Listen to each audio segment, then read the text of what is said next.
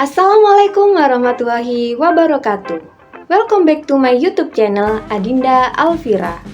Di video kali ini adalah edukasi hukum episode 5 by Adinda Alfira.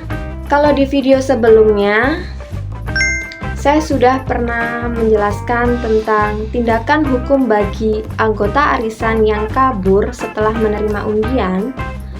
Maka di video kali ini saya akan membahas tentang jerat hukum bagi pelaku arisan online fiktif atau bagi bandar arisannya.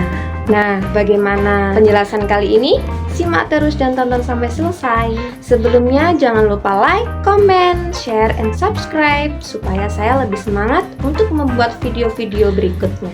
Tindakan hukum terhadap pelaku arisan online fiktif atau biasa disebut dengan arisan bodong ini dapat dibagi menjadi dua ranah utama.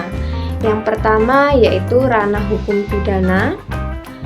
Jadi pelaku dapat dijerat berdasarkan beberapa pasal dalam Kitab Undang-Undang Hukum Pidana atau KUHP dan Undang-Undang Informasi dan Elektronik atau UU ITE. Itu tergantung pada modus operandinya si pelaku.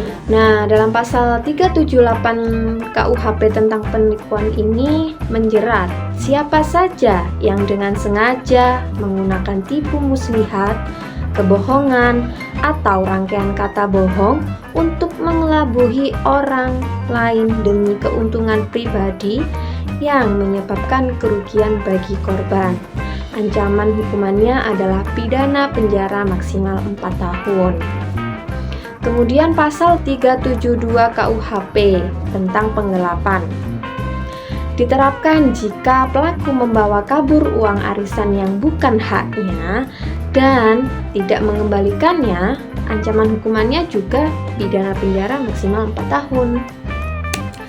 Kemudian pasal 28 ayat 1 junto pasal 45A ayat 1 Undang-Undang Informasi Teknologi dan Elektronik atau UU ITE bahwa jika penipuan dilakukan secara online melalui media elektronik, pelaku dapat dikenakan hukuman tambahan berdasarkan Undang-Undang ITE dengan ancaman pidana penjara maksimal 6 tahun dan atau denda paling banyak 1 miliar rupiah.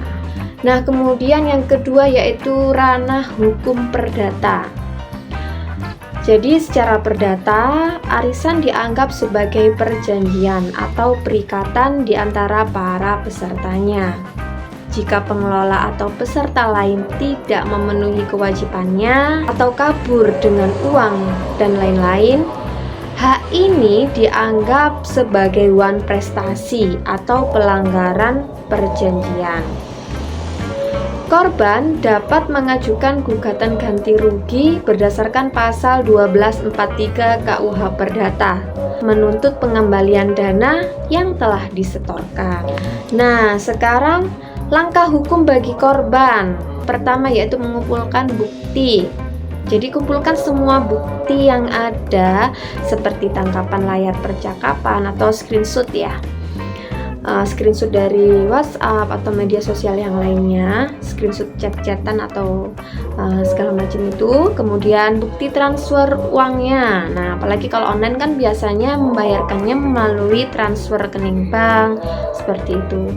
Dan data peserta lainnya itu bisa dikumpulkan. Jadi nanti juga bisa dibuat saksi, kemudian juga termasuk korban-korban, jadi supaya korbannya nggak hanya satu orang aja ini yang melaporkan, supaya banyak juga. Nah, ini bisa dikumpulkan untuk anggota-anggota yang lain. Kemudian yang kedua yaitu membuat laporan polisi. Nah, laporkan kejadian tersebut ke kantor polisi atau ke Polsek, Polres ya terdekat. Kalau sama saya langsung ke Polres saja. Kemudian dengan membawa bukti-bukti yang telah dikumpulkan, setelah itu pihak berwenang akan memproses laporan secara pidana. Nah, kemudian langkah hukum yang ketiga yaitu melaporkan melalui saluran resmi.